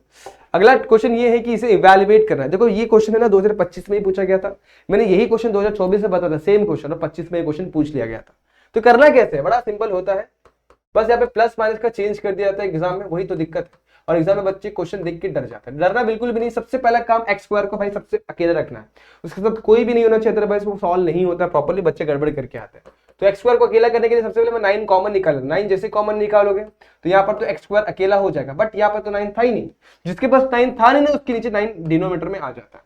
आप लोग मल्टीप्लाई करके रीचेक कर सकते हो, ये और ये एक्जैक्टली बैलेंस है, और dx को वैसे रख देने का।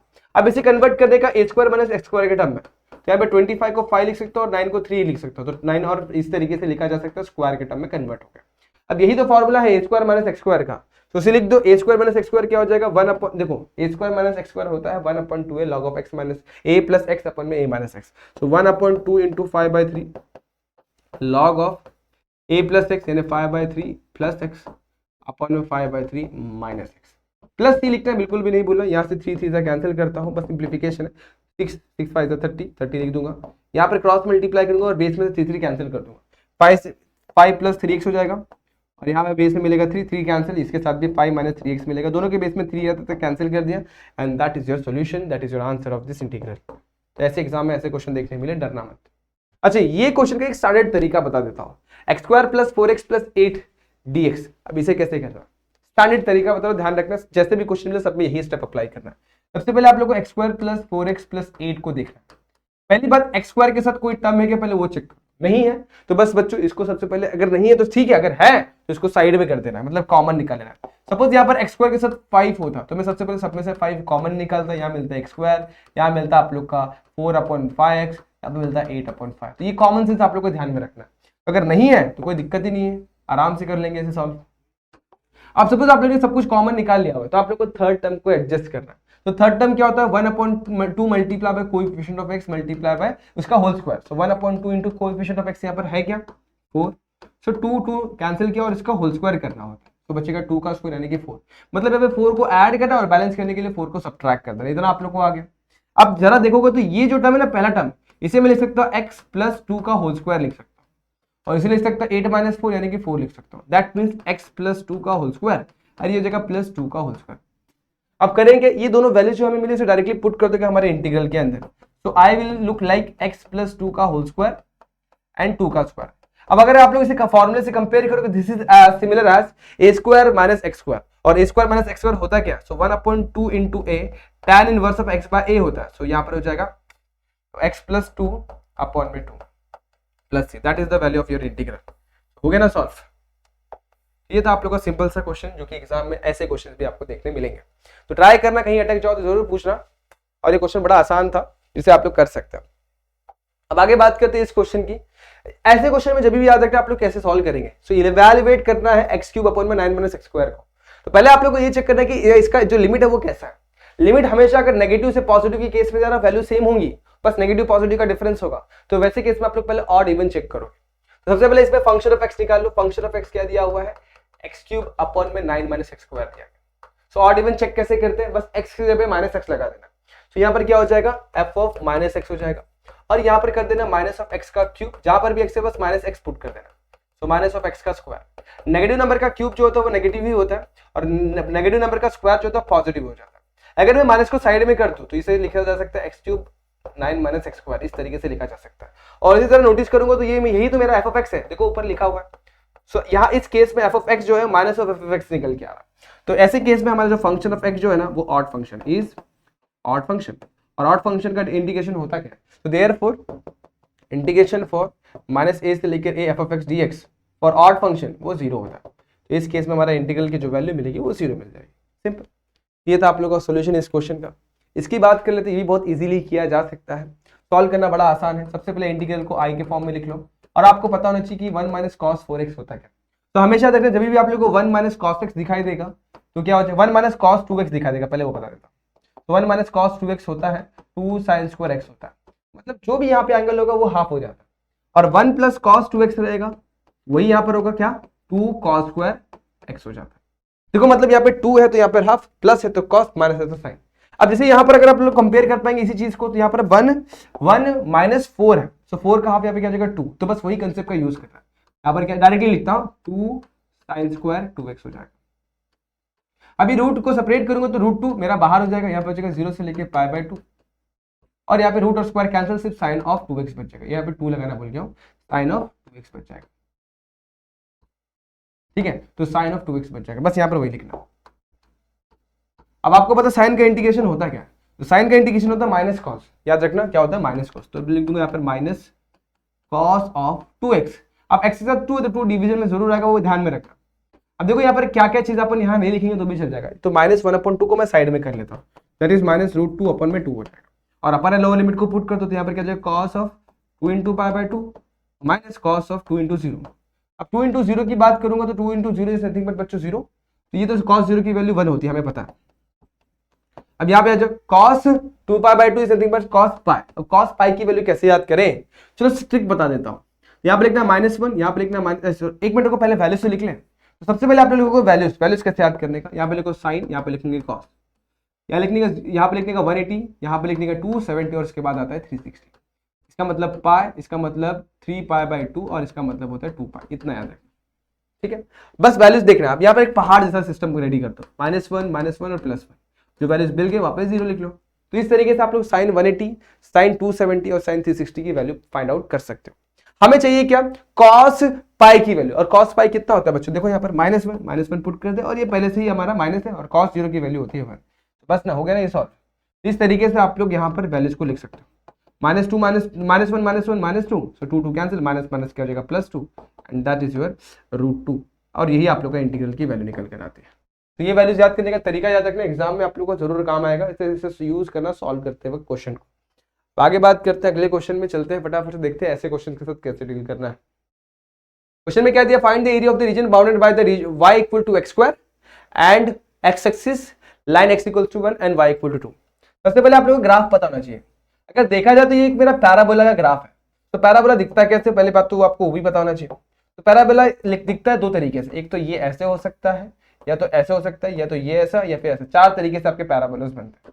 तो आपको कौन सा पैराबोला इस्तेमाल करना है वो भी तो आपको पता होना चाहिए। देखो यहाँ पर जिसका स्क्वायर है तो उस एक्सिस को टच करता है, ये एक्स का स्क्वायर है तो ये एक्सिस को टच करके कुछ इस तरीके से जाएगा। ठीक है, यहाँ तक इसको टच करके जाएगा, एक्स एक्सिस को टच करके टच करके जाएगा, बन गया आप लोग का पैराबोला। अब देखो क्या बोला गया, and the line x is equal to 1 and x is equal to 2। So मैं अज्यूम करता हूं मेरी x इक्वल टू 1 वाली जो लाइन है वो यहां से ऐसे करके पास हो रही है और x इक्वल टू 2 वाली लाइन यहां से कैसे पास हो रही है। तो बस सारी चीजों को यहाँ पे डिनोट कर दो। तो ये मेरी हो गई, ये मेरी होगी y एक्सिस, ये मेरी होगी x एक्सिस, ये होगी मेरी जो लाइन है ना, ये मेरी x इज इक्वल टू 1 वाली लाइन है और ये वाली लाइन जो है मेरी x इक्वल टू 2 वाली लाइन है। लेकिन लास्ट में देखो y इक्वल टू 0 भी बोला गया। तो आपको पता है x एक्सिस का जो इक्वेशन होता है y इक्वल टू 0 होता है। मतलब क्या, हम लोग को इन चारों चीजों के बीच में बाउंडेड वाला रीजन फाइंड आउट करना। तो ये लाइन ये रही यहाँ पर पार्ट, ये लाइन इधर रहा और ये लाइन के बीच में जो रीजन है ये हम लोग को एरिया फाइंड आउट करना। तो ये एरिया को मैं जरा यहाँ पे अलग करके आप लोग को दिखा देता हूँ, ठीक है। और यही तो रीजन है, यहाँ पर x की वैल्यू कितनी, वहां से स्टार्ट, देखो इसका इंटीग्रेशन कैसा होता है। तो आप लोग को याद रखना, एरिया अंडर द कर्व निकालना, उसका मतलब क्या, एरिया अंडर द कर्व होता है वो इंटीग्रेशन ऑफ y dx होता है, जहाँ पे x इक्वल्स टू a से लेकर b तक पुट करना होता है। अब यहाँ पर x इक्वल्स टू a मतलब x इक्वल्स टू 1 से स्टार्ट हो रहा है, यहाँ पर x इक्वल्स टू 2 तक जा रहा है। और कर्व जो मेरा ये है ना, ये कर्व का इक्वेशन क्या है, y equal to x square दिया गया है। बस इसको यहाँ पर पुट कर दो, काम खत्म। तो x इक्वल्स टू कहाँ से स्टार्ट हो रहा है, 1 से लेके 2, यहाँ पर क्या पुट कर देंगे, x स्क्वायर dx, काम खत्म हो गया।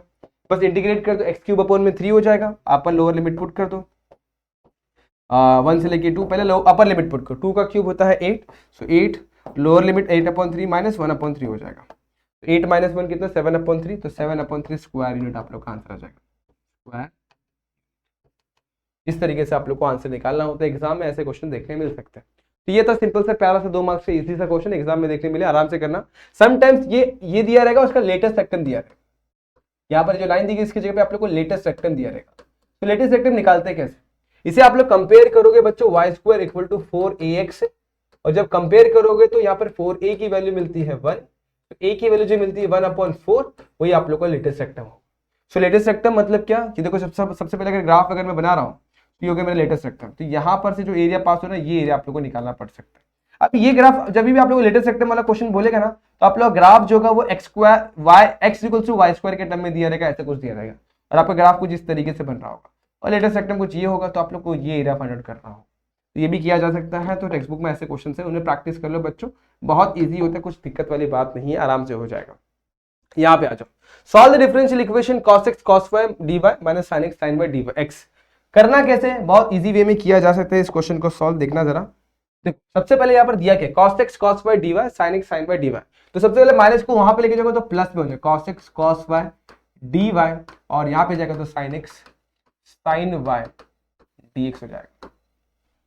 अब देखो यहाँ पर dy है तो dy के साथ y का टर्म होना चाहिए, यहाँ पर dx है तो dx के साथ x का टर्म होना चाहिए। तो करूंगा क्या, यहाँ पर वही चीज करने वाला हूं, क्या करूंगा, cos x के साथ नीचे ले लूंगा बच्चों, sin x ले लूंगा। लेकिन बच्चों यहाँ पर देखो देखने वाली बात यह है कि यहाँ पर cos y है, क्या बच्चों cos y, तो cos y जो है, तो cos y है, cos y के नीचे कौन चला जाएगा बच्चों, sin y चला जाएगा। क्यों किया मैंने ऐसे मालूम है आप लोग को, क्योंकि यहाँ पे dy दिया गया। सिमिलरली यहाँ पर cos x है, cos x यहाँ पे लूंगा sin x अपॉन में cos x हो जाएगा, ये हो जाएगा dx हो जाएगा। सही है यहाँ तक। अब cos अपॉन sin कर लो और sin अपॉन cos कर लो, काम बन जाएगा, आप लोग को सॉल्व कर सकते हो। मेरा सजेशन है इसको वैसे ही रखो और दोनों से इंटीग्रेट कर देते हैं। अब आपको पता है जैसे इंटीग्रेट करते हैं तो अगले स्टेप पे मैं दिखाता हूं, आप लोग को समझ में आएगा। यहाँ पर करता हूँ cos y अपॉन में sin y dy, और यहाँ पर sin x अपॉन में cos x dx, और यहाँ पे इंटीग्रेट कर देना। जैसे इंटीग्रेट करते हो यहाँ पे मिलेगा प्लस, याद रखना। अब एक चीज और यहाँ पे देखो, integral of f dash x upon में f of x, simple formula क्या होता है, log of f of x होता है, याद है आप लोग को। तो देखो यहाँ पर वो चीज को एडजस्ट किया गया है क्या, तो sin y का डिफरेंशिएशन ऊपर है क्या, sin का डिफरेंशिएशन cos y बराबर, तो ये हो जाएगा log ऑफ sin y हो जाएगा, ठीक है। अब इसी तरीके से यहाँ पे आ जाओ, यहाँ पे आ जाओ फटाफट से, cos का डिफरेंशिएशन क्या sin x होता है, नहीं माइनस sin x होता है, तो माइनस को एडजस्ट करता है, तो दिस विल बिकम, अब माइनस बाहर ले लिया, अब इसका log ऑफ cos x हो जाएगा। और यहाँ पे जो c1 लिखा है उसे log ऑफ c लिख दो, क्या लिख देंगे, log ऑफ c1 कर दो, इसे log ऑफ c लिख दो, बस काम खत्म। अब करना क्या है, इसके बाद ये जो नेगेटिव नंबर है इसको यहाँ पे ले लेता हूँ, सो log of sin y plus log of cos x हो जाएगा, इक्वल टू log c हो जाएगा। log के टर्म अगर प्लस में है तो मल्टीप्लीकेशन में आ जाते हैं, तो sin y cos x और यहाँ पर log ऑफ c, दोनों साइड से log के term cancel, sin y cos x equal to.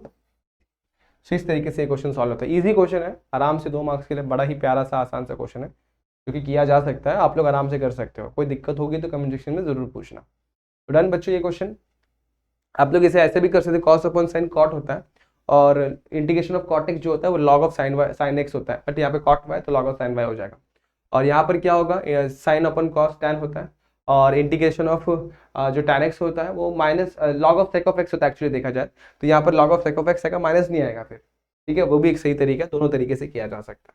तो इसे आप लोग ट्राई करना, अगर नहीं समझ में आया तो आप लोग इस तरीके से भी कर सकते हो।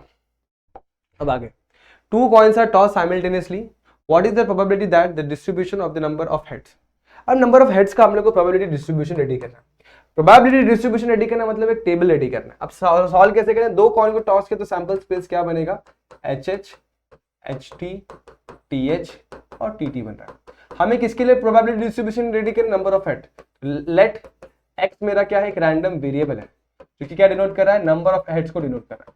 अब आप नोटिस करो इसमें कितने हेड्स आए, तो इसमें एक भी हेड नहीं है, मतलब एक्स की वैल्यू क्या हो सकती है बच्चों, एक्स की वैल्यू 0 हो सकती है, और क्या हो सकती है 1 हो सकती है, और क्या हो सकती है 2 हो सकती है।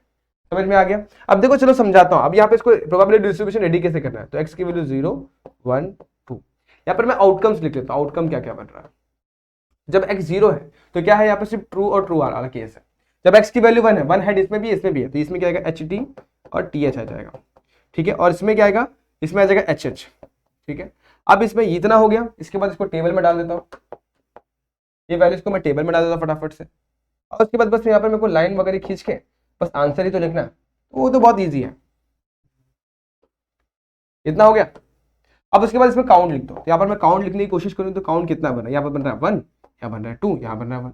प्रोबेबिलिटी क्या होता है, outcome upon total number of outcome. तो यहाँ पर प्रोबेबिलिटी निकालते हैं, प्रोबेबिलिटी डिस्ट्रीब्यूशन यानी पी ऑफ एक्स निकालते हैं। तो इस केस में 1 ये आउटकम है और टोटल काउंट कितना है 4, तो 1/4, इसका 2/4 हो जाएगा, दैट इज 1/2।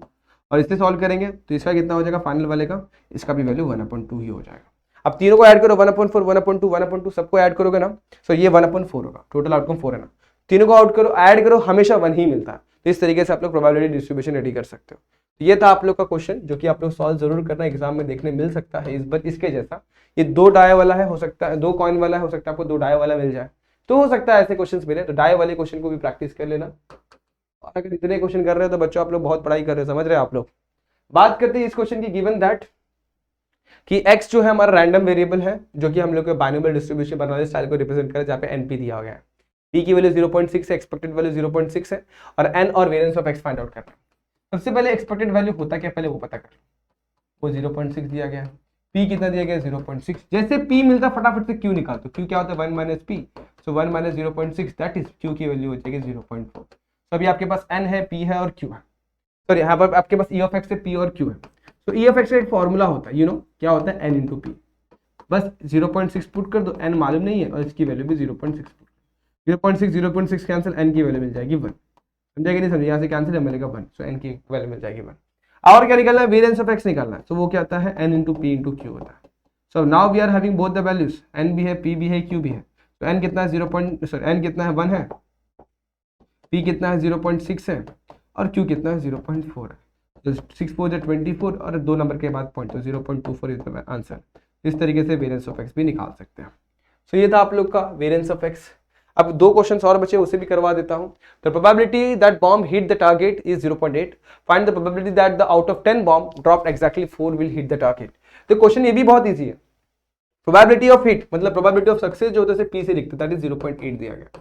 तो प्रोबेबिलिटी ऑफ फेलियर यानी कि क्यू कितना होगा 1 माइनस पी, यानी कि 0.2 हो जाएगा, कॉमन सेंस है, इतना मिल गया। और क्या बोला हुआ है हमें फाइंड करनी प्रोबेबिलिटी ऑफ 10, मतलब n की वैल्यू हमें 10 दे दी गई है, और 10 में से एग्जैक्टली कितना हिट कर रहा होगा, 4 हमारे टारगेट को हिट कर रहा होगा, उसकी प्रोबेबिलिटी निकालें। तो probability of x equals to 4 निकालना है। अब देखो बर्नौली स्टाइल के हिसाब से अगर अपन चलोगे ना, बर्नौली स्टाइल के हिसाब से, तो probability of x equals to x जो होता है वो क्या होता है n c x p raise to x q raise to n minus x होता है। इस चीज को यहाँ पर यूज कर लेंगे। तो बस probability of x is equals to 4 हमें फाइंड आउट करना है। n की वैल्यू 10 दी है, c x की वैल्यू 4 बोली गई है, p अपने को दिया 0.8 को अपन कितना लिख सकते हैं 8/10 लिख सकते हैं, रेज टू x यानी कितना बोला गया बच्चों 4, और यहाँ पर कितना बोला गया 2 को अपन 0.2 को 2/10 लिख सकते हैं, और यहाँ पर n माइनस एक्स यानी कितना हो जाएगा 10 माइनस 4 लिख सकते हैं। अब इजी कैलकुलेशन कुछ करना थोड़ी आसानी से सॉल्व हो जाता है। 10 c4 द 10 फैक्टोरियल अपन में 10 माइनस 4 फैक्टोरियल इंटू 4 फैक्टोरियल होता है। 8 को अपन लिख सकते हैं 8 इंटू 8 इंटू 8 इंटू 8 लिख सकते हो, ठीक है। इजी करने के लिए अपन इसको ऐसे लिख लेते हैं, एक काम करते हैं 8 को लिख सकते हो 2 का क्यूब लिख सकता हूँ, चलेगा ऐसा। और नीचे 10⁻4 हो जाएगा, यहाँ पे आ जाता है। देखोगे तो यहाँ पर 10⁻4 कितना होता है, 10⁻4 6 होता है, तो यहाँ पे 2�6 बचेगा, यहाँ पे आ जाएगा तो 10⁻6 बचेगा। सही है, बेस को भी बांट दिया हुआ है। अब आगे चलते हैं 10 फैक्टोरियल, तो जो कि 10 फैक्टोरियल को अगर मैं सॉल्व करने की कोशिश करूँ तो 10 × 9 × 8 × 7 मिल जाएगा और 6 भी मिलेगा, तो 6 नीचे भी 6 से 6 कैंसिल हो जाएगा, 4 × 3 × 2 × 1 मिलेगा। अब यहाँ पे चलते हैं, देखो 2:3:4 है, 3 4 12 हो जाएगा, तो 2:12 × 2:6 अपॉन में 10 कितना हो जाएगा बच्चों, 10 हो जाएगा। अब देखो कैंसिल करते, 6 फैक्टोरियल कैंसिल, 4 2 8 मिलेगा, 4 2 8, तो 8 भी कैंसिल, 3 3 9, तो 3 7 21, 21 मल्टीप्लाई बाय 10 210 होता है। और यहाँ पे आप लोग को मिलेगा, देखो बेस से मैं पावर को ऐड कर दो, 2 कितना हो जाएगा बच्चों, 18/10 and that is an answer. इसे सॉल्व करने की जरूरत नहीं, इतना भी छोड़े तो भी आपका परफेक्ट आंसर। तो इस तरीके से आप लोग ऐसे क्वेश्चन को सॉल्व करोगे, probability of hitting the target, और ये क्वेश्चन भी सॉल्व हो जाता है। इजी था। अगर आप लोग एक स्टेप और लेना चाहते हो तो 10:10 को 10:9 लिखो, एक 0 कैंसिल हो जाएगा, कोई दिक्कत नहीं, बट यहाँ तक भी छोड़ा तो भी सही है। सो ये तो एक आसान सा क्वेश्चन एग्जाम में देखने मिल सकता है। एक ये क्वेश्चन प्रैक्टिस जरूर करना, find the coordinate of the point of intersection of the line represented by the x² - y² - 2x + 1 = 0। अब देखो सबसे पहले इसे सॉल्व कैसे करना है। इसे सॉल्व करने के दो मेथड्स हैं, पहले तो सेपरेट इक्वेशन फाइंड आउट कर लो और फिर सॉल्व कर लो, और दूसरा तरीका ये है कि आप लोग को पॉइंट ऑफ इंटरसेक्शन का फॉर्मूला पता होता है, HF - BG upon AB - h², ये x कोऑर्डिनेट डिनोट करता है। और दूसरा जो पॉइंट है कॉमा डाल के आप लोग को लिखना है वहां पर। दूसरा पॉइंट जो होता है वो होता है HF - BG लिखा, HF - BG पहले में, और यहाँ पे नीचे होता है AB - h² होता है, ठीक है। अब इसके बगल में सेम HF - BG था, अब आप लोग को बस चेंज करके यहाँ पर, जहां पर ना HF था वहां पे HG कर देना है, ठीक है, और जहाँ पे BG था उधर पे कर देना AF कर देना, और नीचे सेम करना है, तो ये आप लोग का पॉइंट निकाल कर देता है। अब ये HABC कहां से मिलेगा, तो इसे आप लोग कंपेयर करना होता है इक्वेशन के साथ, तो AX² + BY² + 2HXY + 2GX + 2FY + C = 0 से कंपेयर करोगे तो सॉल्व हो जाता है। तो ये बहुत ही कॉम्प्लिकेटेड मेरे हिसाब से, सिंपल तरीका ये है, इसका सेपरेट इक्वेशन निकालो। तो x² दिया गया है, उसके बाद x का टर्म उसके पास ले लो और +1 को इसके साथ ले लो, -y² को साइड में कर देता हूं। अगर इसे सही तरीके से देख पा रहे होगे तो ये x - 1 का होल स्क्वायर ही तो है, और ये -y² है। अगर x - 1 के होल स्क्वायर को एक्सपांड करोगे वही मिलेगा। अब यहाँ पे यूज कर लो a - b का whole square, so that is a - b, and यहाँ पर a + b, यहाँ पर a की वैल्यू x - 1 और b मेरा y है। सो इस तरीके से लिखा जाए, दोनों को इक्वेट कर दो तो x - y - 1 = 0 और x - 1 + y = 0, दो इक्वेशन मिल गए, सही है। तो इसे मैं लिख सकता हूँ x - y = 1, ये पहला इक्वेशन है। तो दूसरा यहाँ पे लिखूंगा x + y = 1, तो दो इक्वेशन मिल गए। इसे डाल दो इक्वेशन नंबर 2, दोनों को सॉल्व कर दो, दोनों को सॉल्व करोगे तो आप पॉइंट ऑफ इंटरसेक्शन मिल जाता है। तो दोनों को ऐड करते हैं, x + y = 1 और x - y = 1, दोनों को ऐड कर रहा हूँ। जैसे ऐड करूंगा तो 1 1 2 हो जाएगा, -y + y कैंसिल, x और x 2x हो जाएगा, तो x की वैल्यू 1 मिल जाएगी। x की वैल्यू 1 पुट करूंगा इक्वेशन नंबर 1 में, तो y की वैल्यू कितनी मिल जाएगी अपने को, -1, तो y की वैल्यू कितनी मिल जाएगी, 0। तो पॉइंट ऑफ इंटरसेक्शन जो मिल रहा है ना वो मिल रहा है 1, 0। इस तरीके से आप लोग को आंसर मिल जाता है। सो ये था आप लोग का सॉल्यूशन इस क्वेश्चन का, और मैंने बहुत सारे, कम से कम नहीं तो भी आप लोग को 31 क्वेश्चन यहाँ पर इस सेशन के अंदर करवाया है। वीडियो थोड़ा लेंदी जरूर है, लेकिन बच्चों यहाँ पर इतने क्वेश्चन अगर आप लोग करके जाते हो तो आप लोग का 2 मार्क्स का क्वेश्चन एकदम चुम्मा एकदम स्मूथ हो जाएगा।